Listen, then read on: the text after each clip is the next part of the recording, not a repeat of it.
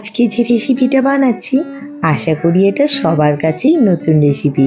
কি রেসিপি আসুন দেখে নিই।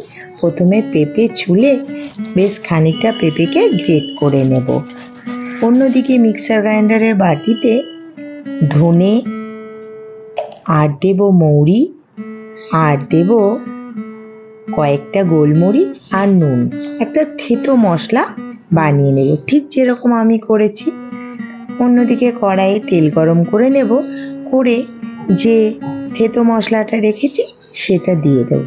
হালকা যখন স্মেল উঠে আসবে তখন দিয়ে দেব 2 চামচ বেসন। এই 2 চামচ বেসনটা যখন ভালো করে মশলার সাথে মিশে যাবে তারপরে দিয়ে দেব আবার 1 চামচ বেসন। এটাকেও আবার ঠিক সেম ওয়াইজ মশলার সাথে মিশিয়ে নেব। এবারে দিয়ে দেব যে পেঁপেটা কুড়ে রেখেছি সেটা, আবার ভালো করে মিশিয়ে নেব। মেশানো যখন হয়ে যাবে তখন দিয়ে দেব হলুদ গুঁড়ো, চাট মশলা, হিং, নুন, কাশ্মীরি লঙ্কা গুঁড়ো, আর তার সাথে পুদিনা পাতা আর ধনে পাতা। পুদিনা পাতাটা স্কিপ করা যেতে পারে কিন্তু ধনে পাতাটা দিতে হবে। এবারে বেশ ভালো করে মিশিয়ে নেব।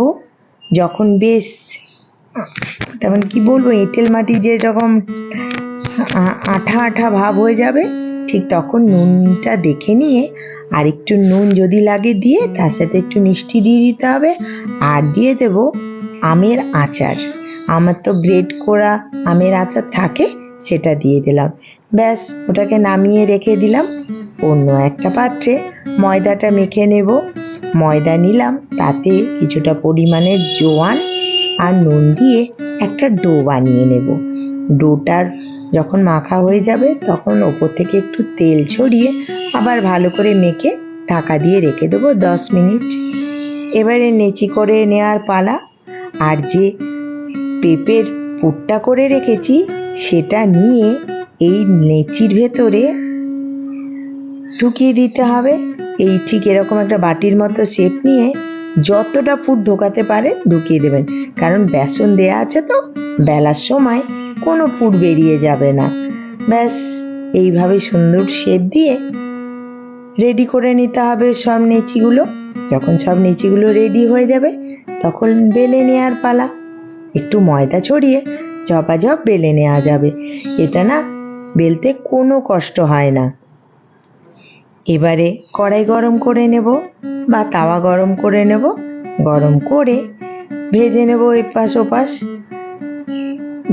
দেখেছেন কোনো পুর বেরিয়ে যাচ্ছে না দেখে মনে হলো, কিন্তু একটুও পুর বেরোয়নি। বা ভাজতেও আপনার কোনো অসুবিধা হবে না।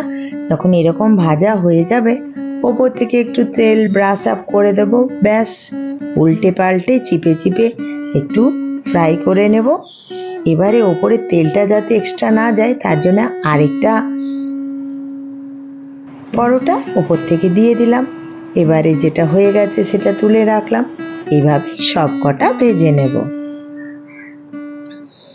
ব্যাস আমি সবাইকে বলবো একবার এই রেসিপিটা বানিয়ে ফেলুন।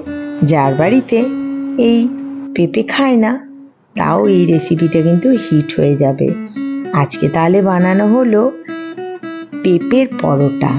আর গুনগুনের পাপাকে একজন 1 হাঁড়ি মিষ্টি দিয়ে গেছে।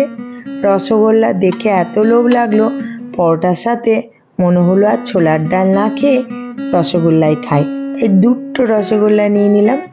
এই দেখুন কি পুর ভরা, দেখে কেউ বুঝতে পারবে না এটা পেঁপের। আর টেস্টও কিন্তু দারুণ হয়। ব্যাস খেয়ে বলি কেমন হয়েছে। সবাই ভালো থাকবেন। Yummy, yummy, yummy.